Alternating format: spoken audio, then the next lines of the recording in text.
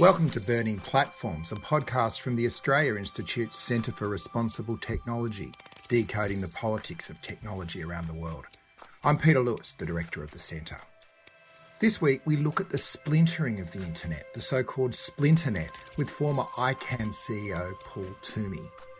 But first, our wrap of the latest tech news with Digital Rights Watch Chair Lizzie O'Shea and Guardian Australia Managing Director Dan Stinton. Dan, I thought the first thing might be to talk about the announcement from, I don't know if I meant to call them Meta or Facebook, the company that Mark Zuckerberg owns that is taking over the world, and their special initiative on Australian elections, which was announced with a little bit of hoopla this week because they're going to save us from ourselves. Yeah, that might be a bit of hyperbole, but let me give you a bit of a sense of what Facebook announced. We'll give the audience a bit of a sense of what Facebook announced. So yeah, they've revealed a suite of measures effectively to counter misinformation and disinformation across Facebook and Instagram for the upcoming federal election. There's some multilingual education campaigns and assistance to prevent political candidates from being hacked, but the core of it, the main thrust of it, if you like, is an increase in fact checking. Facebook has partnered with RMIT Fact Lab, as well as the Wire Services, Agence France Presse, and AAP, Australian Associated Press, to effectively check that information which users are sharing on the platform is accurate. Now, for clarity, misinformation and disinformation would not automatically be removed from the site once checked, but it would be demoted, so it would be amplified less on the platform itself. So by that rationale, I guess less people will see it, and they'll also notify people who try to share something rated as false with a warning label to say that the link is or what they're about to share is potentially inaccurate information.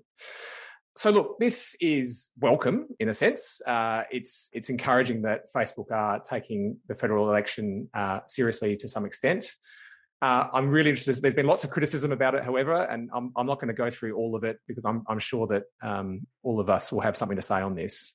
The point that I would make is one that, again, we've made in this forum many times, and that is that the problem with this approach is that you are effectively reactively dealing with information which is put up on the platform and not proactively trying to stop it from getting attention in the first place. And when you have an algorithm which rewards engagement first and everything else second and bugger the consequences, the most controversial content, which often happens to be misinformation and disinformation, is the kind of content which automatically gets amplified by the algorithms and therefore gets seen by more people. And I'm not sure that reactively identifying that information and then down-weighting it, I mean, look, I'm sure it will help, but a better approach would be to build in some of these other value judgments early in the process so that we can prevent this information from being seen. And further to that, if the fact checkers determine that this information is misinformation or disinformation is inaccurate, I don't know why you just don't remove it from the platform holus bolus, and rather than just down ranking it. I think that would be a more effective way of dealing with this. Look, there's a whole bunch of other things, the other criticisms that people have made, transparency, those sort of things, but I'm sure we'll get into. But I would like to see this being done more at the source rather than at the end point for this to be effective. But I'd be interested to hear what others have to say. Yeah, Lizzie, the starting premise for this, I reckon there's three holes. One is that there's no truth in political advertising in Australia. The second is there's no real requirements even on traditional media to meet ethical standards. It's kind of a self-regulation. And then you've got the platforms with a self-regulation code on disinformation. So this is elections, which is this highly contested emotional moment in our democracy, is really being self-regulated all around. Yeah, I'm also interested in the distinction between paid content and non-paid content, or I'm not sure what you'd call it, organic, because I'm kind of curious as to how ads that might be created by dark money in elections get regulated, whether there should be things like pre-approval and then accountability associated with allowing advertising that is misleading, and how you even set up tests for that, whether we should permit political advertising on Facebook, how you could draw boundaries around that as well. But then also there is a transparency point around this because Facebook did used to publish more information about what were popular posts on its platforms. It's wound that back in recent times. It's now saying it will publish some information, but it's quite limited. I think it would be really interesting for everybody, not just researchers in this space, but also the general public, to know how some of the audiences for political advertising is, how they're being curated, what kind of inputs are going into them, so that we can see how the machine works as well. Because it's not just also the ad itself and how it gets approved, it's who they think they're targeting, which I think tells you a bit about what kind of strategy some of these political operatives take into an election and how they seek to manipulate these platforms to suit their own ends. I mean, I think it is really telling that countries like Australia and obviously the US get a much more specialised treatment in election context than lots of other countries around the world who just have to contend with misinformation running wild. So I'm keen to say that this is better than nothing, but I'm also very reluctant to reward behaviour in a context in which there's been repeated examples of Facebook being asleep at the wheel in electoral context that has real consequences for people's lives all around the world. And the localised content moderation seems to be a good step forward in that respect, and this should be the standard everywhere as a very bare minimum. But yeah, I do think there's a real question around how sophisticated political operatives with money are becoming in manipulating and playing with the platform on its own terms and being quite successful about that, and how we can make sure that that business model is explained to the general public, or that material is accessible to journalists to report on it effectively, so that that doesn't create a filter bubble, create a sense of people seeing different electoral campaigns through paid content as well as organic content, and we can have bigger discussions about how these platforms end up manipulating the electoral process. Oh, you've seen a fair few elections from around the world. What's your reflections on the role of the big platforms and the way our democracy rolls out? Oh, this is a very difficult question. I mean, it always has struck me about Zuckerberg. He's like Dr. Frankenstein. He built the monster and doesn't want somebody else to solve the problem for him. And my only observation about this, and something related about the Ukraine, is I first heard quite a lot of detail about disinformation campaigns by the Russians in elections and elsewhere back at the very beginning of the noughties, like 2010, 2011. I happened to just be in some meetings in Brussels. What struck me as really amazing is how much the national security military types knew about this, 10, 15 years before it actually became real in our elections, and how long it took to go from there for the politicians and others to know about it. So I think we've allowed this thing to grow to such a degree that I think the point about how do you have a universal rule is probably pretty important. Yeah, I agree with that, because we now can see that you can manipulate the politics of Kyiv, and later on you end up with all sorts of outcomes for the rest of us, right? So it's not a very insightful comment, but I just think places like Australia and elsewhere might be good testing grounds, but we should put in pressure for some sort of universal application for this around these platforms. See, these people make so much money out of this. Yeah. Well, that's the other point I'd make. Like, I work in the political game. We are putting, I don't like to do it, but our clients want to get eyeballs, and the money all go, like the amount of money going into Facebook this election will be astronomical. I love that they say they've got a dedicated team.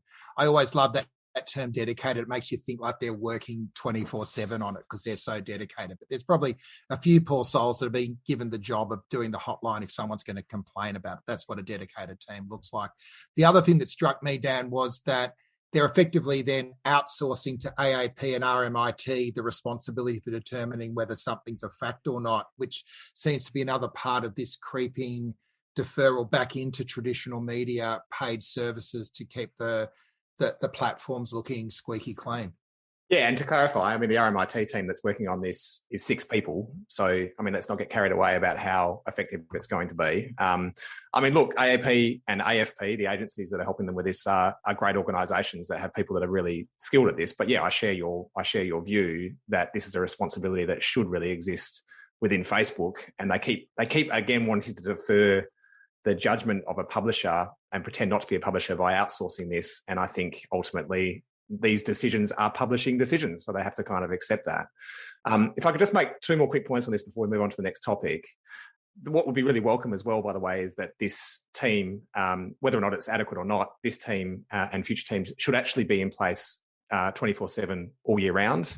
I think we saw the problem in the US election recently, where there was a much larger dedicated team to making sure that the US election wasn't overrun with misinformation.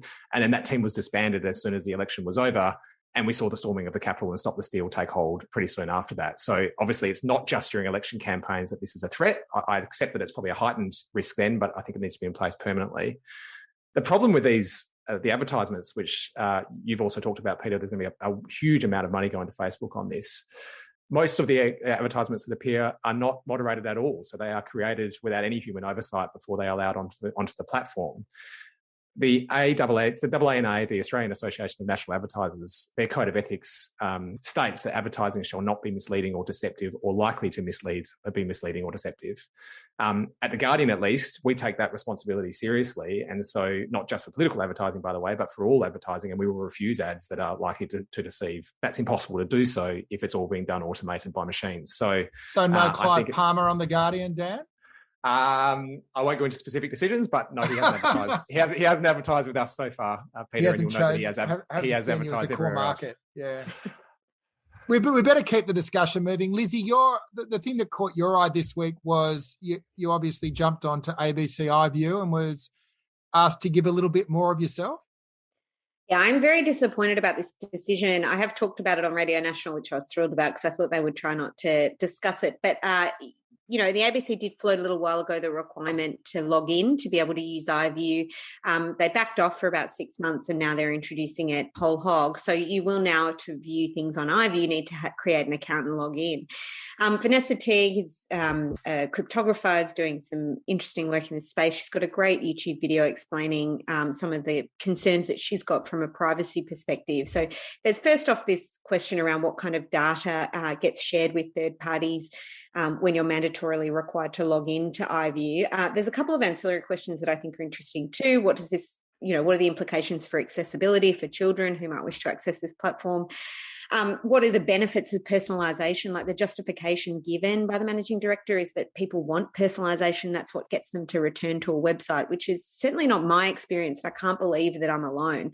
I, in fact, think that the national broadcaster plays quite a different role in terms of offering a space that's universal for us to engage with culture and news and entertainment. So I do think we should question this idea that personalisation is some universal benefit or somehow something we should aspire to for a national broadcaster. But to return to the key point about data sharing, Vanessa's made a really good video about this, talking about how the data moves through space when you log in at the ABC. And I suppose what really disappoints me about this is I think the ABC had an opportunity that if they were going to require logins and there was a justification for that they should at least engage in best practice and not be sharing it with third parties, particularly not ones where they may have commercial reasons to access and want to use that data.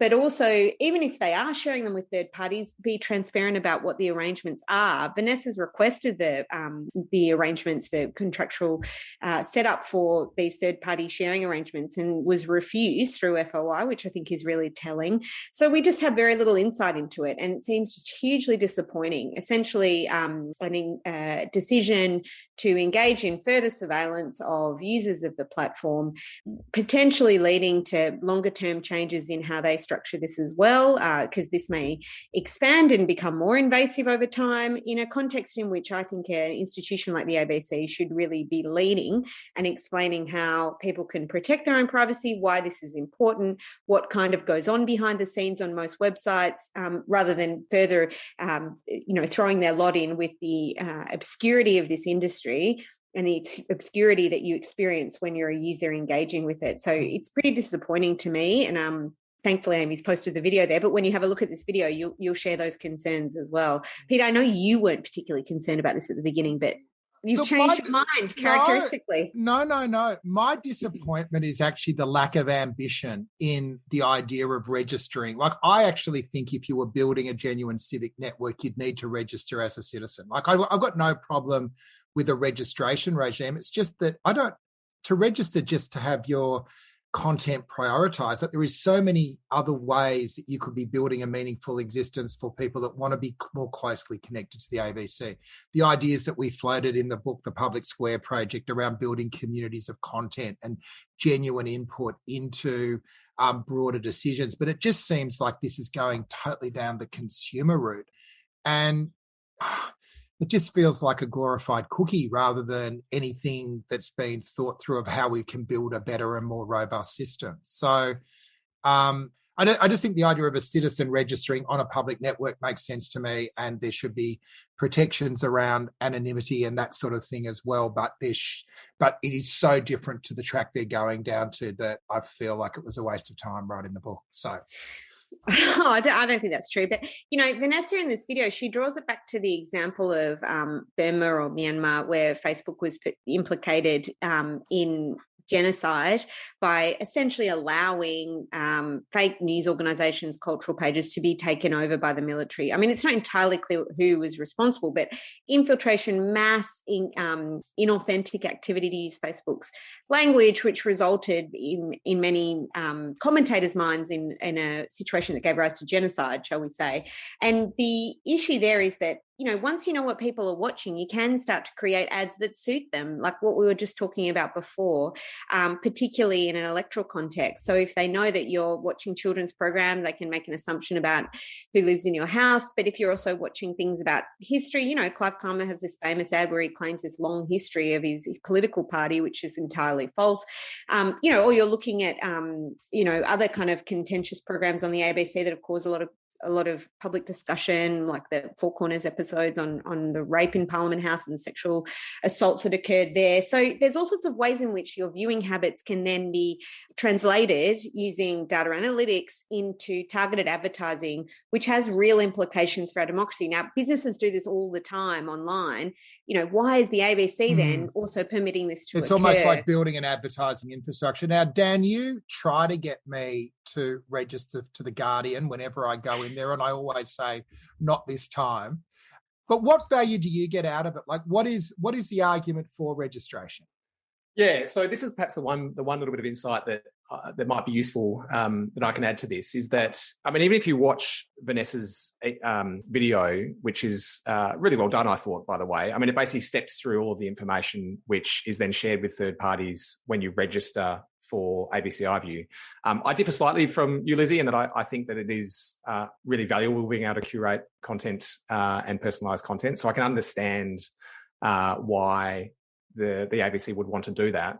What I think is really difficult, though, with what they've done, or really problematic, is the sharing of that information with the third parties. Because what it does is it effectively then enables, the ABC, firstly, to then be able to go and target those particular consumers with advertising on third-party platforms, largely Google and Facebook. And, a lot of people might go, well, what's wrong with that? If the ABC understands what my viewing preferences are and then goes and targets and tells me about shows that I might want to watch, I don't see the downside. Sure, you could have that argument. The issue, though, is that all that data is then used also for Facebook and Google's benefit to create effectively lookalike audiences. So that also means now that everyone else out there can also target people that are interested in those particular pieces of content, including, other media organizations, for example. So, we could potentially go and advertise our services to ABC viewers that are interested in particular kinds of content. But I thought ABC was no advertising, Dan. No, but this is my point. The ABC is no advertising, but you can now reach those exact audiences on the third-party platforms, mostly Facebook, if you want to. So you can create a lookalike audience, which is, largely just these ABC audiences, and you can advertise directly to them on Facebook to get them to go to other sources, which might not be the ABC. So this is the thing that I don't think a lot of people realise, is that it's the network effect of all of this data and the aggregation of all of this data that is actually where the potential for harm exists, or at least the potential for invasions of privacy. And what the ABC, I don't think, have necessarily thought through the implications of sharing this information. No doubt they're going into it with the best of intentions, personalisation, the ability to advertise to their consumers, all well and good. The problem is what happens with the data after that. I might have said this once or twice before, but perhaps we need some new privacy regulation and some purpose limitations. But I'll get off my hobby horse for a second. Yeah, Paul. Yeah, look, I'm outraged by this. Makes me very angry at multiple levels. let me just pick up that last point. I mean, transparency is just everything. Myself and about 70 of my closest friends internationally are about to release a big report on this whole issue of how the data markets work around the world, what needs to change. And if you think about it, there's three players in the data markets. There are what gets used as users. I refuse to use that term because only drug industry has users. But we've got users, we've got people. Then we have data aggregators, of which the platforms are part of, but which people have, and the influencers are either advertisers or political parties or whatever. Now, the influencers and the data aggregators have fully functioning markets. They have contracts, they have full disclosure, they've got terms, they can go to court with each other, they have negotiations. But over here on this side, we've got battery hands. Basically, it's a form of serfdom where people get told you get this stuff for nothing or for free, and they then pull this information out and monetize it over this side. This market's worth $600 billion a year, right? And the punters are getting basically ripped off. And our argument is very simple. Just make the market work. Let the users have some power and some control and some influence in the way that market works. And it doesn't mean to get the money, but that they have some transparency, that they've got some influence about how this happens. And here's the ABC stumbling exactly into the same problem. Here, every time I turn it on, I'm being forced to give information with no transparency, treats me like a dumb idiot, says, just fill in this form, doesn't tell me why, doesn't want to tell me about exactly all those financial transactions that are going to happen out here, either says it's stupid and doesn't understand, or really does understand, deeply cynical, right? And treats me like an idiot. The trouble is, I own the bloody thing. Through my taxes, I own it. It's like, hello. And then I have my next level of concern I have with this is, and this is where I push back against the personalization stuff. If what you want to have is mixed up, personalized content that only I like, right, then I might as well just have YouTube channels, right? What is the point of any editorial process if all I'm being given is things that are specific to me? I'll just go to YouTube and set up a whole lot of search engines and search tools and get what I want. Part of having a public broadcaster is some sort of public editorial function for which we get to choose. And that when I go on now and it gives me all these options, I actually learn about things I wouldn't have thought about, right? Just on that point though, Paul, personalisation can still, sorry, I've got a bit of an echo here. You can still feed in other content into personalisation. It doesn't have to be exclusively a filter bubble of information, right? You can put more into it. And I think you can probably do that more effectively with some level of curation of content that is tailored to the individual, rather than just having... Dan? I mean, you're relying on somebody to do that, and they're doing it with their own set of values without any kind of line of sight on it for people who are accessing the platform. It's almost about the transparency of algorithms. Exactly. And can I say, as somebody who is currently pregnant, I have witnessed this firsthand, where somewhere I've kept my pregnancy as much as I can off the internet because I do not want to be bombarded with pregnancy ads because it's this huge market. And someone has found out... It's about to get a lot worse, by the way, Lizzie, with this revelation. But anyway, go on. Exactly. I mean, here I am doing it, but hopefully they won't scan this podcast. But someone's found out, and I'm already getting bombarded. I'm so on every platform I'm on, and I'm so angry about it because, I mean, what happens also if I'd lost the baby or something, which does happen to people? They get just reminded repeatedly of one of the worst experiences of their lives. But also, I just hate being treated like an absolute lemming. Like, oh, yeah, now we know this. We're going to just absolutely bombard you. And all these obscure companies do it, and you realize how a tiny little bit of information has tracked its way through multiple different platforms, probably through being churned through aggregators, as Paul described. So I think it is important to think about the industry in terms of layers. We are treated like chumps. I just hate it. Anyway, I think you might have buried the lead there, Lizzie. Congratulations. Thanks. Yeah. Anyway. Yeah. Hey, I did want to. We're as always terrible agenda management on my place. I parked this last time. I just want to mark it really quickly. I'm old enough to still read Wired magazine in hard copy, and it gets delivered every month. But there was a piece which I'll put in the chat from over summer, which just blew my mind, which was about Amazon's use of customer data in the most haphazard way you could possibly imagine. And it starts like this, that Amazon's got apparently an internal culture. This isn't Amazon Web Services. This is Amazon, the retailer. Their culture is that no team should be so large you can't feed them on two pizzas. So you've got lots of teams across the company who are all being given access to play with customer data to come up with the next delightful customer experience. And this story talks about how when GDPR came in and they realized they would have to comply with data, what a schmozzle the whole outfit was. And this isn't a mum and dad operation with a few Excel spreadsheets. This is like, I don't even know if there's a term for data. There's something by it. So I was going to say acres of data. So it's worth having a read. I don't want to spend time going into it in too much detail because we've got so many other really fascinating things to talk about, but it might be a bit of a bounce into introducing in a bit more detail Paul and the work he's doing around digital governance.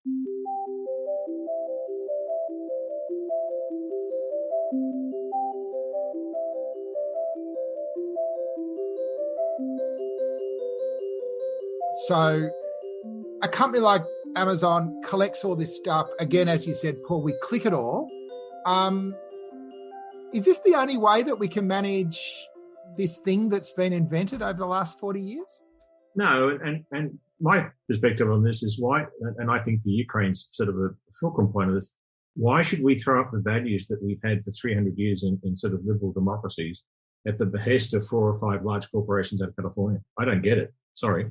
And I'm not against big companies. I'm not Elizabeth Warren. I don't think the answer to this is breaking companies up. But I just think it's the analogy a little bit in my mind is labour markets. You know, we had serfdom for a long time, right? And then with industrialisation, people gradually were able to go and shift around and offer their labour and get more return for it, and eventually have ways in which they could do that in collectives and get better returns for it, which created the middle class. And it didn't stop capitalism per se. And to a degree, I think at the moment we are at the very early stages of the same phenomenon. And you've got these sort of robber baron companies in some degree, but we actually should be saying, look, there's a lot of what we learned out of our own history we should be applying. And one of the things that is the empowerment of the person, the empowerment of worker, is actually a good thing for this market. Give them first of all, let them control their own key data and control who has access to it under an obligation to ensure that it is really authenticated and accurate. Secondly, for data which is not the stuff they can control, but which is inferred about them, which is a big part of this sort of, we get a whole conversation about inferred data and Internet of Things, etc.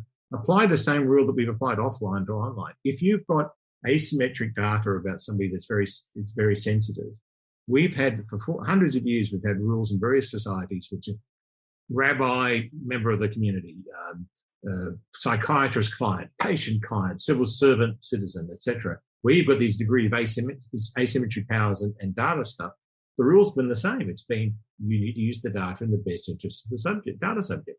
And the best interest of the data subject doesn't mean necessarily, I'd argue that's a sort of human rights test, it doesn't mean I give you better advertising. As we've seen Facebook, here's an advertising classification for 16-year-old girls with emotionally distraught, They literally had that as a classification. So I think, again, we can go on about this for a long time, but one of the things I think is really important now is to say we need to keep evolving this market. We need to evolve it around the values that we've had and we think are important. And I don't think it destroys these businesses if we start to shift around and say, no, the consumer has more power. It is simply a little bit like saying in factories, it's okay to have a labour union. And by the way, I think one of the key things that will evolve about giving people greater sense of their own power and control as to who can access key part of data about themselves is you give the right of association, which means that people can negotiate in bigger terms. Then, a big company is not dealing with me individually. This is the problem with the GDPR, the European regulation. It sort of assumes individuals and big corporates as the only entities, instead of thinking about intermediaries in between. So does that go into the idea of data trusts or like a data version of an industry super fund where you've got someone managing your data on your behalf? A data trust, that's right. Data trust is a specific thing. You agree that some of your data will be used for a particular purpose. It might be medical research. But the superannuation one, I think, is a good example, where you might end up saying several million people say, okay, well, we've aggregated. And somebody comes and works for us who's an expert in the field and says, okay, what do you want? This is how this data thing works. which bits do you want? Do you want to say yes to that or no to that? Do you want a bit of cut of the action of that? Do you want to have access to it? And you actually work out the terms for which that group of people, subsets of them, can interact. So you could end up with, so the key thing with markets is skills follow the market, right? At the moment, with the market we've got, all the skills about data and how it's used is with the advertisers and the aggregators and the influencers. They know how all this works in great detail. But the punter hasn't got a clue. And how do we shift it so that the people over here can have more of a sense? And that's what we've done in superannuation, right? We've ended up with, most of us don't know how the stock markets work, but we've ended up with people who represent us who are actually giving us benefits. So, yeah, I think there's something in that. The problem with, I think I agree with the thrust of what you're saying there, Paul. And by the way, with that early history lesson, I assume that you've read Lizzie's Future Histories, because it sounds pretty similar to a lot of the themes that are in that book. But thanks, Dan. Thanks for the plug. Everyone should obviously read that immediately if they haven't already. But the point about data, though, it's often described, this isn't my analogy, by the way, but it's often described as data is the new oil, and therefore has value which would facilitate these kind of things that you're describing, Paul. A gentleman called Benedict Evans, who's an analyst, often describes data as sand. And I think that's a more appropriate analogy, because it's actually not worth much at the individual level. It's worth virtually nothing. It's the aggregated amount which of all of this that makes it worth something for these large companies. And also, it's so disparate, right? I mean, the data, someone liking something on Facebook, who owns that data? Is it the person that posted the photograph on Facebook or Instagram, or is it the person that actually liked it? Like, there's so many applications to the data that I think trying to figure out a way where you've got individual rights over the data is problematic, because there's just so many applications. I think a better approach would be doing GDPR properly, and which is to say you just put guardrails around what you can do with that data to prevent the companies making use of it for their own ends and allow them to get bigger and bigger and bigger. I think, and I always bang on about this, so apologies to everyone, but I think if there was purpose limitations around what these companies could do with the data, then we might be able to put some restrictions in place, which would actually reduce its value, and therefore would probably put some more rights back onto the individual almost by default, rather than as the starting aim. But anyway. No, look, I agree. I agree with quite a lot of that. We've thought about this quite a lot, obviously. The value that I might get out of my data or access to my data may not be financial. It might be my agreeing to that, yes, you can promote certain things to me, or that I'll sign up to be on part of a particular community, or there's all manners of value that I might get. And we've seen some examples which are not necessarily financial. And I do get and I also think one of the things we're arguing for is a real distinction in personal information. Distinguish between what we would call sort of official data, the sort of name and address and all that sort of stuff, from privy data, which is data I put up my photographs on it, plus then the sort of second level privy is the stuff that can be inferred. And for the inferred stuff, the test then should be more universal test, which is about, you're doing this in people's best interest.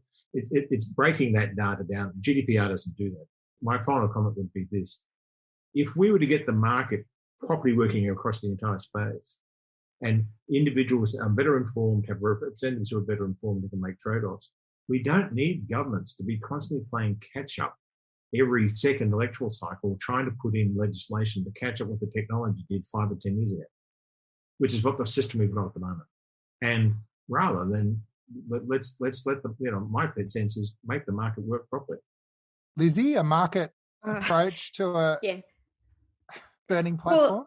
Well, I'm a lawyer, so everything I think about is through the lens of regulation as an effective way of creating a fairer society, I suppose, or one that reflects people's values rather than just those who are powerful. So, I understand what you're saying, Paul, but one of the reasons why we don't have effective regulation, or it's delayed so regularly from being implemented, is because major large tech companies intervene into the legislative process. And we've seen that repeatedly in the United States, where consumer protection laws are watered down repeatedly as they move through, or killed off entirely as they move through state legislatures. So I sort of think the argument about, Elizabeth Warren's argument that you have to break up big tech, I think it's sort of a necessary but insufficient condition, because the original motivation for, antitrust legislation in the United States was to limit the political power of large corporations, not actually to protect consumers.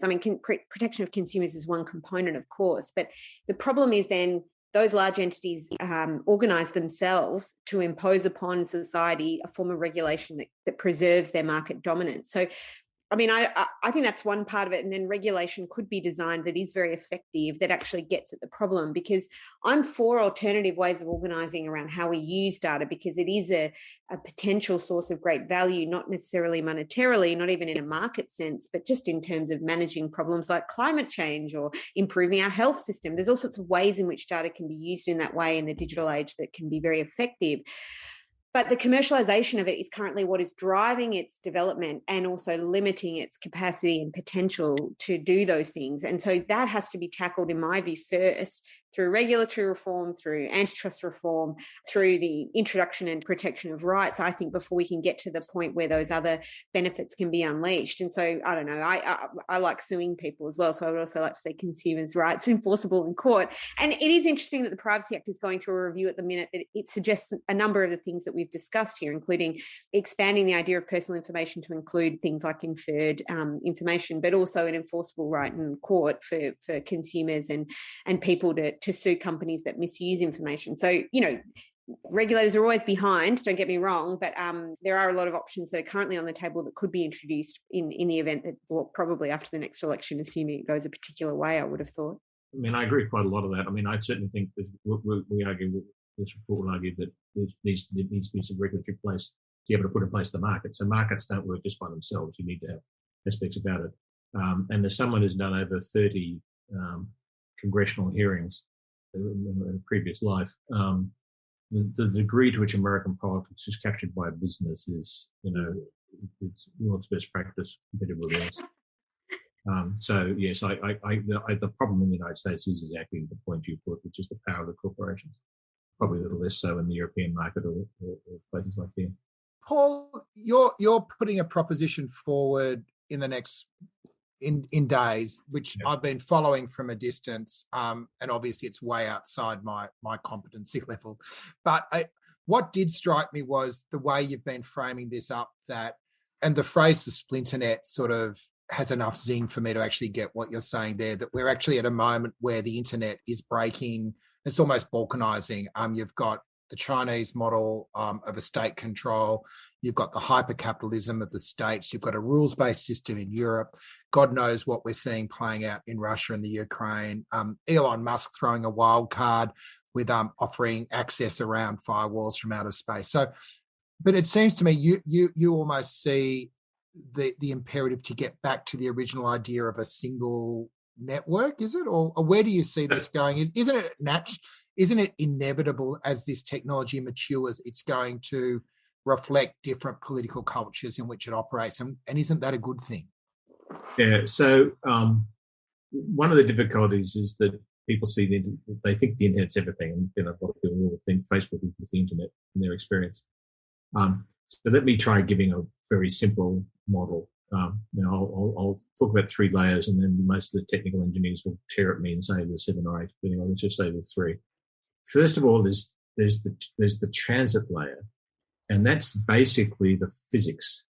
It's the way in which electrons and things and radio waves are moved around that connect you, right? And those physics carry many things, including voice communications, etc. But that's the NBN and the satellites and the microwave and all that stuff is the transit layer. Okay, and governments have been involved in that. Well, there was a period of time when that transit layer in the 80s and 90s was the so-called internet was not regulated because it was independent from the telephone companies. What then happened is the telephone companies realised they couldn't win that battle. They actually bought all the ISPs, and then we merged we changed the regulation, and so ISPs are now sort of effectively regulated. We've had regulation in that space for 120 years, mostly because eventually at certain stages governments had to be involved in the capital raising of the early stages of telecom networks. That's the actual origin of that regulation in many respects. So you've got that transit layer, which has always had government involved. The key thing that makes the internet is the next layer up, and that's called the protocol layer. And it's a bunch of basically mathematical principles and codes and databases that link several million different networks to operate as a single internet. And I used to be the CEO of an organisation that coordinates all of that. It's called ICANN, based out of California. Most people haven't heard of it. That's a good thing because it means it's working. But that's, you'll have heard of .au, .com, and you'll have heard of an IP address and things like that. That's all that stuff that gets coordinated at that level. Sitting on top of that is then the application layer, which is the content and then all of the stuff we're talking about now, the data that moves around and the stuff you put in. That's all at the application layer. My argument is the governments have been concerned about content for about 5,000 years. And they will continue to be concerned about content. And it is, as you say, culturally and politically driven. And so there has been elements of how to deal with that, I think.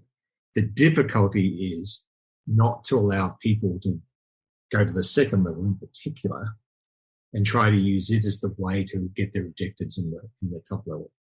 And if I can give you some good examples, the Chinese government decided it wouldn't try to undermine the protocol layer. It would simply put a confluence around the transit layer. So basically there's 5 or 7 gateways into China, like they're just 5 or 7, and they can turn them off or on at the transit layer.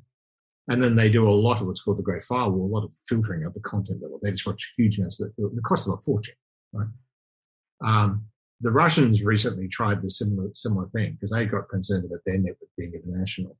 Their network doesn't work anything like the Chinese network. It's got about 5,000 networks, about a third of the IP addresses allocated by an entity out of Europe. And most of the networks connect and peer outside Russia because the network is topological, it's not geological, not geographical. And so they actually turned around and forced all of their ISPs to put a black box on the ISP. And supposedly the black box would let them control what data could go in. And they've been using the black box in the last several weeks. The difficulty is a lot of the technical people are not necessarily in favour of Putin's regime, and so they do lots of runarounds at the moment. And there's we could go on for hours of what's going on at the moment in that space. The Europeans and others occasionally come up with and the Canadians come up with some mad ideas of trying to stop content like by saying, go down and stop protocol layer stuff.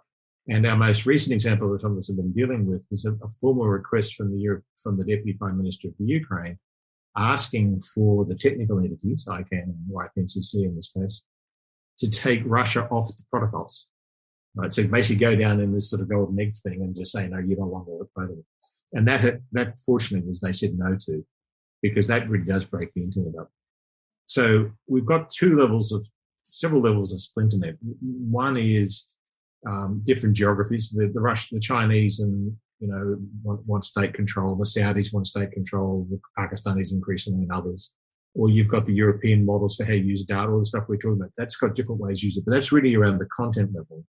We don't want to see a breakup of the protocol layers, and we do have to watch whether people start changing their transit structures such that they force people to go through gateways, which a lot of, say, North Africa does. So what equals a Splinternet depends on which part of it you look. It's like the old joke about the elephant, right? Which part of it you're looking at. So which part of it you look at is a Splinternet. But I would argue very strongly the protocol level is the goose that lays the golden egg. It is actually the public good. And that's the thing we should be trying to make certain politicians and others don't start playing and thinking they can achieve their content requirements at the top level.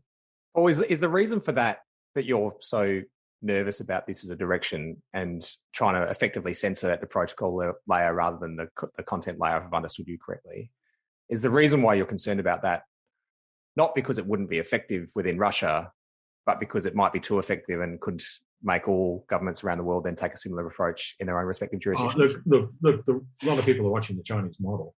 You watch this, there's people in Africa who are thinking that might be a good thing. Thanks very much. I'll have one of those. And the Chinese model is I have an intranet, essentially, and I've got 5 links between the internet and the internet. And then I use the same protocols, so that's very important. They're always pushing in the ITU a new type of protocol for the internet, which is really an increased surveillance protocol. And there's lots of resistance going on there. And this fights are going to keep going on. But they have this put limits on it, control it, and report back. And because they put a firewall thing, this sort of great firewall around it, they know who's watching what. I mean, it's in some funny sense, it is the feedback loop for their autocracy. That whole firewall and watching what people do is their way of figuring out, we have elections every 3 years to get a sense of the people's sentiment. They watch they surveil everybody every day and get a sense of people's sentiment. And it's a funny sort of feedback that we have not seen before. Autocracies with finely attuned feedback loops. The difference, though, is that it's the feedback loop itself which is modifying the population's behaviour. So they're not necessarily getting an accurate reflection of what the population thinks. They're getting a fairly skewed reflection, right? Right. So it's a feedback loop and an influence loop at the same time, right? But you can imagine how attractive that is to country after country. There's a great. It is a fundamental question about what does the 21st and 22nd century versions of democracy and governance look like. We've had these assumptions that the democracy gives you these various benefits, but maybe the other one gets benefits as well. For people who are a bit more visual, maybe like me, I don't know. There's a great artist called Trevor Paglen who photographs undersea cables, and he goes and locates them where they shoot offshore and takes photos of them. What I always find alarming is that we don't really think about the internet as being cables that physically connect countries, obviously, but also, of course, people in the application layer. And you just, there's not even that many maps that exist of how these cables exist in space. And I do think it is interesting to rethink how you're conceptualizing it in all these different formats, because they're governed in different ways, socially and politically, and also take different physical forms. So anyway, I'll find a link to his work and put it in the chat.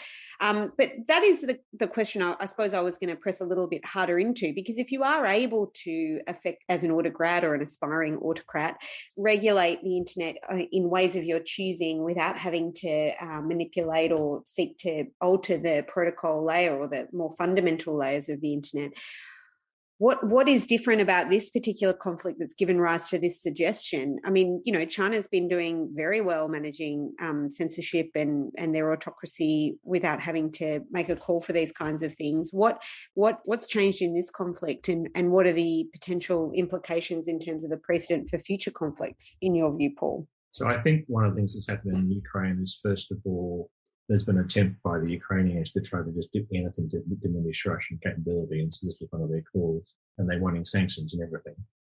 The other one is a certain degree of naivety by some, and I don't want to define who some are, that, for instance, the Russian military would presently be using the public internet. You can guarantee once they've gone to conflict, they've gone to the dark web and they're not there. The propaganda, the impact on the propaganda tools, it could be in the short term, certainly. But the response on some of the Ukrainian counter propaganda has been amazing. Buying advertising on websites or on platforms, generating huge amounts of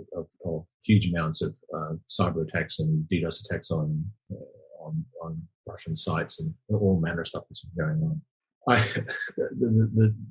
The difficulty is people will see this and they'll see the response and they'll go, well, we want, it's like the Russians. I noticed Nicola on the chat has just sort of said the Russians went through a process of saying, we want this data on Russians held back and data in Russian territory so that they could ensure their laws applied upon people who are holding Russian data, which is a big thing for the platforms.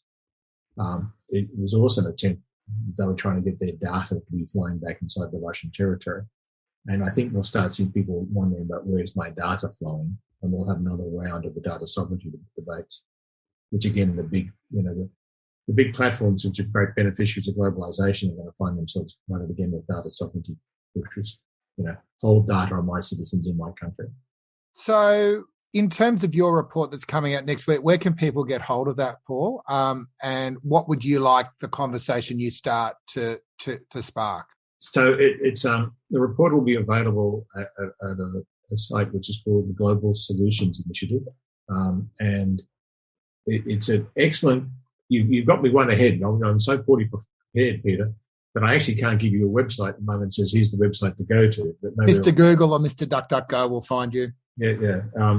But the report is creating digital empowerment. We'll make sure we get some coverage here and I'll share more information with you when we've got it all linked up. Terrific. Look, thanks for your time today, Paul. It's really fascinating conversation and sort of got me with lots of questions that I will come to me after this is all over.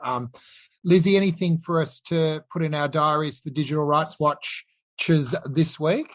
Digital Rights Watch is holding the next event in our plan on rebalancing the internet economy, which I guess is pertinent to this discussion. And it's about the experience of activists and community organisers. That's coming up on the 7th of April. So if you want to participate and be involved in that, it's part of a longer term project that we're putting together on how to give rights back to people who use the internet and make it great, at least in an Australian context. And I'd encourage you to sign up on our website. Beauty. And Dan, anything from the annals of The Guardian that we need to know about? Well, the last time I was on this, which was a month ago, I said there was a big thing coming. So we launched that this week. The Guardian this week launched a fairly substantial increase in our local reporting or state-based reporting. So on Monday, we've launched effectively sections on our homepage and distributed everywhere else for New South Wales, Victoria and Queensland. We've hired editors specifically for those sections, as well as a whole bunch of reporters. Over a dozen people in total have been hired off this. It was funded by the deal we did with Google off the back of the news media bargaining code. So Lizzie's cheering. Lizzie must be delighted, but nonetheless, it's what it's enabled us to do is effectively do a whole bunch of additional reporting specifically for people that are in those respective states that might not necessarily make it onto the national agenda and therefore not be covered. And I'm hopeful that this will be the start of it. Have a look at it if you are in those states. If you're not, stay tuned. We'll hopefully get to your state pretty soon. Excellent. Hey, thanks, guys. You've been listening to Burning Platforms, a fortnightly podcast from the Australia Institute's Centre for Responsible Technology. It was recorded live at a virtual town hall on March 18. If you'd like to attend one of these discussions in real life, you can register at our website, responsibletechnology.org.au. Burning Platforms is produced on Gadigal land by Jennifer Macy. Talk again in a fortnight.